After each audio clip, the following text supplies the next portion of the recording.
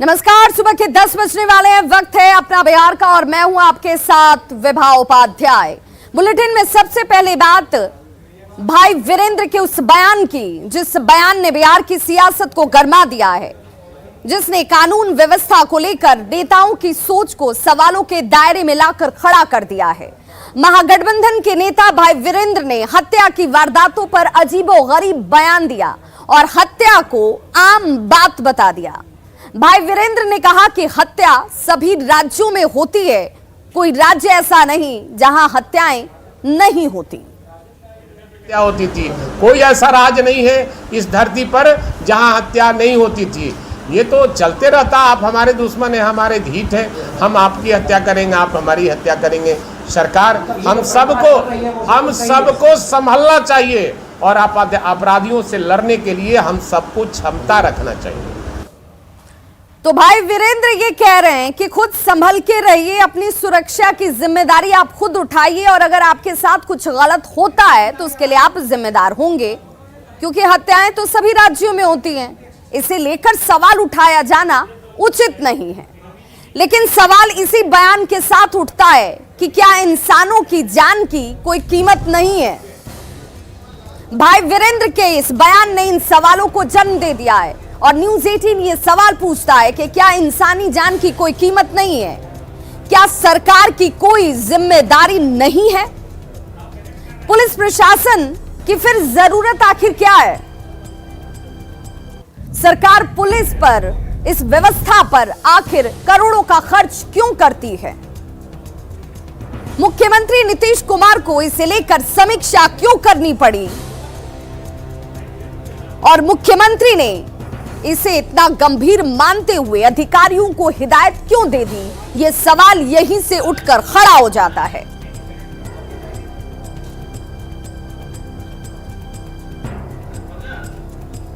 तो ये वो तमाम सवाल हैं जिन सवालों को लेकर अब आम जनता भी ये जानना चाहती है कि क्या अब अपनी जान की सुरक्षा खुद इंसानों को खुद करनी है, उसके लिए खुद तैयार रहना है।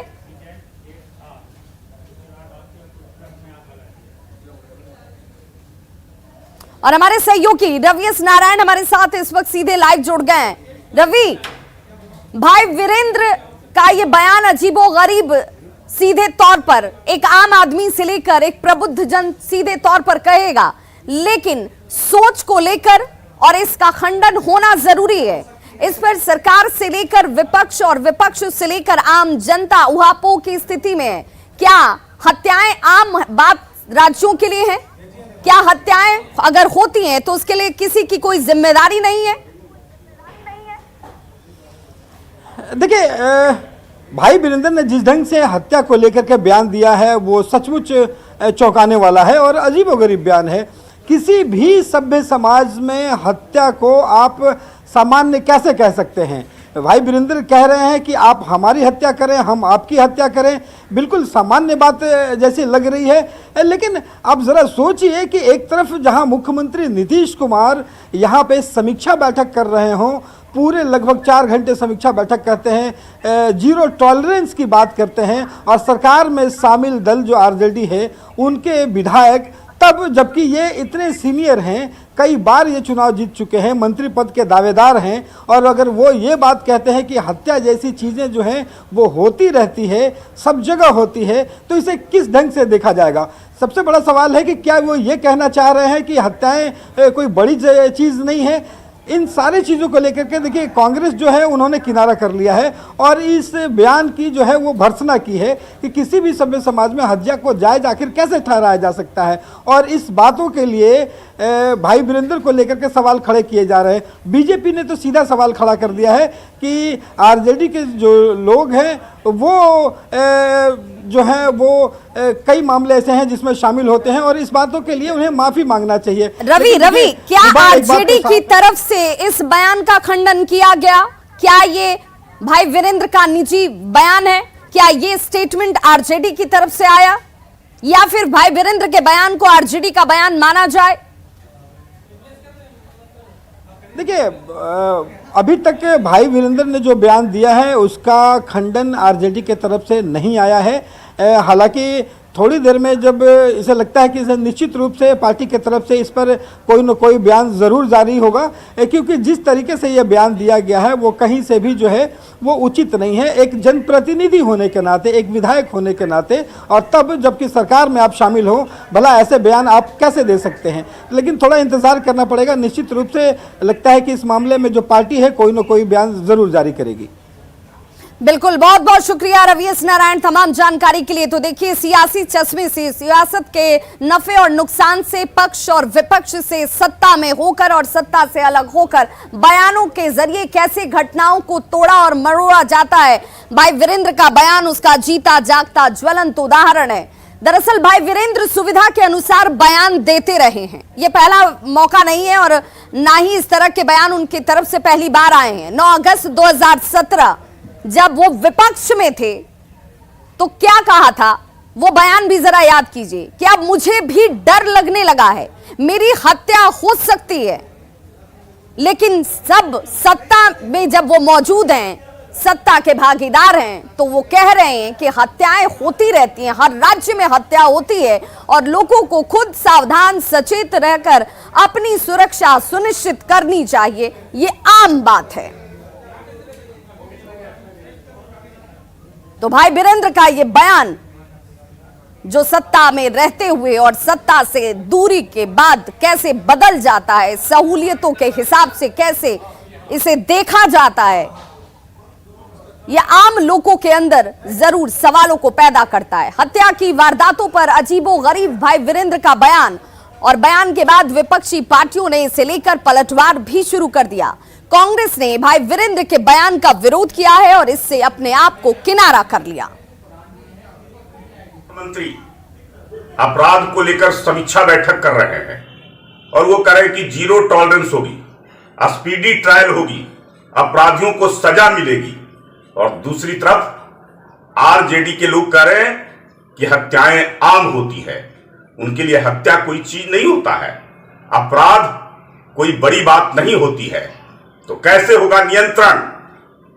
ये दोनों पार्टियों में तकरार के कारण आज अपराधी बेलगाम हो गए हैं। एक तरफ बिहार के माननीय मुख्यमंत्री जी कानून और विधि व्यवस्था की समीक्षा करते हैं, वहीं पे उनके महागठबंधन के कद्दावर नेता भाई वीरेंद्र कहते हैं कि हत्या तो आम बात है, अगर मेरी और आपकी दुश्मनी है तो कोई किसी को मार सकता है। आप ये मजाक का विषय समझते हैं? क्या आपने कभी जाके उस परिवार से पूछा है जिस परिवार के किसी सदस्य की हत्या हो जाती है? क्या आपने कभी मुआवजा दिया है? खैर, आपसे अब ये बात करने की जरूरत तो है नहीं, क्योंकि जब से आप लोग सरकार में आए हैं, हत्याओं और खासकर के दलितों का जो हत्या हो रही है बिल्कुल चरम पे है। देखिए, किसी भी सूरत हत्या को स्वीकार नहीं किया जा सकता। हालांकि हत्या मुक्त समाज पूरी पृथ्वी पर कहीं नहीं है, लेकिन हत्या को बर्बरता की श्रेणी में रखा गया है और एक सभ्य समाज कभी भी बर्बरता को स्वीकार नहीं करता है। किसी का बयान हो, हम नहीं जानते, लेकिन हत्या के पक्ष में दिया गया बयान सभ्य समाज, सभ्य राजनीति, सभ्य लोकतंत्र कभी स्वीकार नहीं करता। तो महागठबंधन की एक पार्टी कांग्रेस की तरफ से इसका खंडन कर दिया गया, लेकिन इंतजार इस बात का है कि आरजेडी इस बयान का, इस बात का खंडन कब तक करती है। बिहार में नई सरकार बनने के बाद से ही बीजेपी लगातार कानून व्यवस्था को लेकर नीतीश सरकार पर हमलावर है। सीएम नीतीश कुमार ने आज कानून व्यवस्था की कल समीक्षा की, साथ ही अधिकारियों को इसे लेकर कई अहम निर्देश भी दिए। कानून व्यवस्था को लेकर सीएम नीतीश कुमार एक्शन में हैं। मुख्यमंत्री ने लॉ एंड ऑर्डर की उच्च स्तरीय समीक्षा बैठक की। इस दौरान सीएम ने अधिकारियों को कई जरूरी निर्देश भी दिए। सीएम ने विधि व्यवस्था को सरकार की प्राथमिकता बताया है। सीएम ने अधिकारियों को क्राइम कंट्रोल को लेकर किसी तरह की कोताही न हो के साथ अपराध की जांच में तेजी लाने के निर्देश दिए। साथ ही समय से दोषियों के खिलाफ कार्रवाई, पुलिस जवानों की संख्या बढ़ाने पर जोर के साथ गश्ती व्यवस्था को भी सुदृढ़ करने के निर्देश दिए हैं। सीएम ने थानों में लैंडलाइन फोन फंक्शनल रहने, जमीन से जुड़े विवाद जल्द खत्म करने के साथ स्पीडी ट्रायल में भी तेजी लाने के निर्देश दिए हैं। सीएम ने गंभीर अपराध के मामले में कार्रवाई के संबंध में एडीजी मुख्यालय को जानकारी देने के निर्देश दिए हैं। बिहार में महागठबंधन की सरकार बनने के बाद बीजेपी अपराध को लेकर सरकार को लगातार कटघरे में खड़ा कर रही है। हालांकि सीएम बिहार में जनता का राज बता चुके हैं। सीएम ने कानून व्यवस्था की समीक्षा कर कानून व्यवस्था बनाए रखने को प्राथमिकता बताई है। साथ ही इसे लेकर किसी तरह की कोताही नहीं बरतने को लेकर अधिकारियों को सख्त निर्देश दिए हैं। न्यूज़ 18 के लिए पटना से शैलेंद्र कुमार की रिपोर्ट। तो बिहार के मुख्यमंत्री नीतीश कुमार बिहार में लॉ एंड ऑर्डर को लेकर समीक्षा बैठक करते हुए कई सख्त निर्देश जारी कर चुके हैं। स्पीडी ट्रायल बढ़ाने से लेकर पुलिस या तंत्र को और मजबूत करने की बात उनकी तरफ से कही गई, जबकि नीतीश की समीक्षा बैठक को लेकर बीजेपी ने सवाल खड़ा किया है। आरजेडी और कांग्रेस ने बिहार में जीरो टॉलरेंस की सरकार बताते हुए बीजेपी के ऊपर ही सवाल उठाए हैं। केवल समीक्षा बैठक से अपराध नहीं खत्म किए जा सकते हैं। आप और आपका प्रशासन अपराधियों को सांप्रदायिक और जातीय चश्मे से देखती है, इसलिए अपराध पर नियंत्रण नहीं होता है। आपके राज्य में भ्रष्टाचार भी बढ़ रहे हैं, अपराध भी बढ़ रहे हैं और सांप्रदायिक तनाव भी बढ़ रहे हैं। चारों तरफ खून ही खून, कहीं महिलाओं का खून तो कहीं युवाओं का खून, कहीं सिपाहियों का खून तो कहीं चौकीदार का खून, कहीं थाने पर हमला तो कहीं उत्पाद विभाग के ऑफिस पर हमला। ये क्या हो रहा है? आपने तो बिहार को जंगल राज से भी बदतर राक्षस राज में बदल दिया है। हमारी सरकार जो है लॉ एंड ऑर्डर पर जीरो टॉलरेंस की नीति पे काम करती है। एक चीज हम भी समझ लें, हमारे लोग भी समझ लें, भारतीय जनता पार्टी भी समझ ले, जो भी कोई लोग हों अगर कानून को अपने हाथ में लेते हैं तो कोई बचाने वाला नहीं रहेगा। इसलिए भारतीय जनता पार्टी जो हम लोगों पे आरोप लगाती है वो देखे उत्तर प्रदेश में क्या हो रहा है, बुलडोजर चल रहा है। देखिए, भाजपा का मूल चरित्र है कि वो जिस राज्य में सरकार में नहीं होती है उस राज्य को बदनाम करती है। उसने जंगल राज शब्द के जरिए बिहार को राष्ट्रीय स्तर पर इतना बदनाम किया कि पूछिए मत। अब एक और अभियान भी भाजपा चला रही है, वो चाहती है कि बिहार बुरी तरह से बदनाम हो जाए, जबकि भाजपा जानती है कि अपराध के मामले में बिहार से काफ़ी ऊपर उत्तर प्रदेश है, काफ़ी ऊपर मध्य प्रदेश है। वो जंगल राज नहीं बोलेगी, लेकिन बिहार को बदनाम करना उसके मूल चरित्र का हिस्सा है।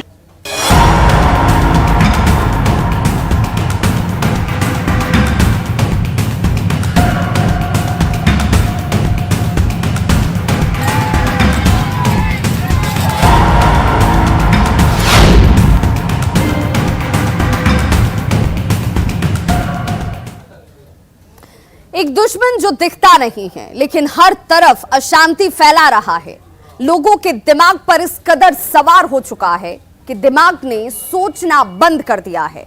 अनजाने डर में लोग असत्य को ही सत्य मानकर बैठ गए हैं और कानून अपने हाथ में लेने लगे हैं। उत्तराखंड, यूपी और झारखंड के बाद इस दुश्मन ने बिहार में भी अब दस्तक दे दी है। इस दुश्मन का नाम है अफवाह, जो हर तरफ आतंक फैला रही है। इस दुश्मन से आप डरिए नहीं, सावधान रहिए, दिमाग से काम लीजिए। किसी पर भी शक हो तो पुलिस को सूचना दीजिए और इस दुश्मन के आतंक को सिर्फ और सिर्फ कोई रोक सकता है तो वो खुद आप।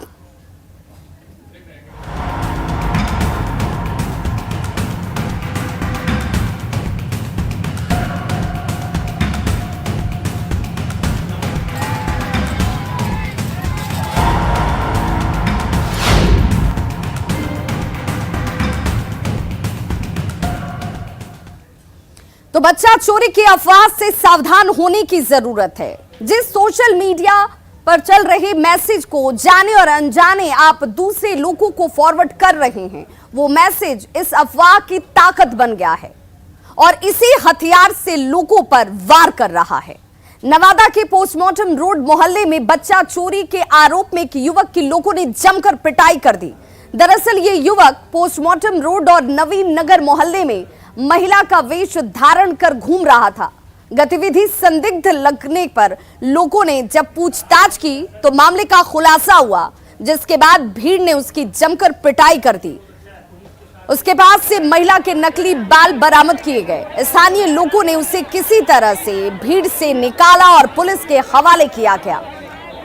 गिरफ्तार युवक गया जिले के फतेहपुर पहाड़पुर का रहने वाला है और न्यू एरिया मोहल्ले में किराए के मकान में रहकर पढ़ाई करता है। फिलहाल पुलिस अब इस युवक को हिरासत में लेकर कड़ी पूछताछ कर रही है। तो ये अफवाह की भीड़ है जो इस वक्त आपके टीवी स्क्रीन पर। बच्चा चिल्लाया, पब्लिक वहां पर जो आ गई, उसी में पब्लिक मूवमेंट में उसको पकड़ा गया। पब्लिक मूवमेंट में पकड़ा गया तो हम सब जो है कि ही वार्ड प्रतिनिधि होते हुए कि उसको सही सलामत हम थाना ले आए कि जो कार्रवाई करेगी सरकार करेगी। तो बच्चा चोरी की अफवाह आग की तरह फैल रही है। कटिहार में बच्चा चोरी के आरोप में जमकर हंगामा किया गया। भीड़ ने बंगाल के 6 लोगों को पहले बंधक बनाया। बेगूसराय में बच्चा चोरी के आरोप में महिला की पिटाई की गई। तो वैशाली में भी बच्चा चोरी के आरोप में लोगों ने एक युवक को जमकर पीट दिया।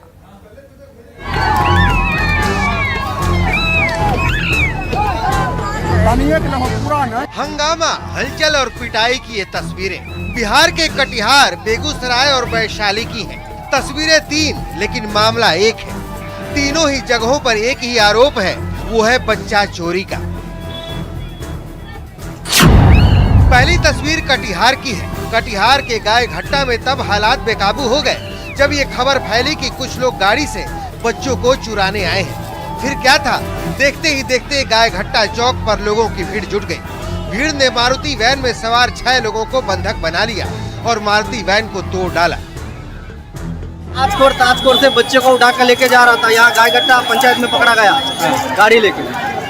उसी राह से पकड़ के लेके आए, उसी राह से पकड़ के लेके आए। चोर था? हाँ, चोर। कितने बच्चे को? एक ही बच्चा था गाड़ी के अंदर और लेके जाने वाला 6 है। बताया जा रहा है कि ये सभी आरोपी पश्चिम बंगाल के मालदा के रहने वाले हैं जो मदरसा में चंदा लेने आए थे, लेकिन लोगों ने बच्चा चोर समझकर पकड़ लिया। फिलहाल पुलिस पूरे मामले की जांच कर रही है। दूसरी तस्वीर बेगूसराय के लाखों थाना क्षेत्र के बाजितपुर की है। इस महिला को देखिए, लोगों ने पीटते पीटते इसे अधमरा कर दिया। आरोप है कि महिला बिस्किट देकर किसी बच्चे को चुराने की कोशिश कर रही थी। तभी उसकी मां ने देख लिया और फिर देखते ही देखते मौके पर लोगों की भीड़ जुट गई। लोगों ने महिला के हाथ पैर बांधकर जमकर पिटाई की। पिटाई के दौरान महिला के कपड़े तक फाड़ दिए गए, लेकिन किसी ने उसे बचाने की कोशिश नहीं की। अगर समय पर पुलिस नहीं पहुंचती तो महिला के साथ कुछ भी हो सकता था। वैशाली के सेंदुआरी में भी बच्चा चोरी के आरोप में एक युवक को लोगों ने जमकर पीट दिया। लोगों ने युवक को इतना मारा कि उसे सदर अस्पताल में भर्ती कराना पड़ गया। बताया जा रहा है कि युवक दिमागी रूप से कमजोर है। बच्चा चोरी की अफवाह यूपी के बाद अब बिहार में भी फैल रही है। सच्चाई क्या है ये तो पुलिस की जांच के बाद ही साफ हो पाएगा, लेकिन न्यूज 18 आपसे अपील करता है कि अफवाहों पर ध्यान न दें। न्यूज 18 के लिए कटिहार से सुब्रत गुहा, बेगूसराय से संतोष और वैशाली से प्रफुल्ल की रिपोर्ट।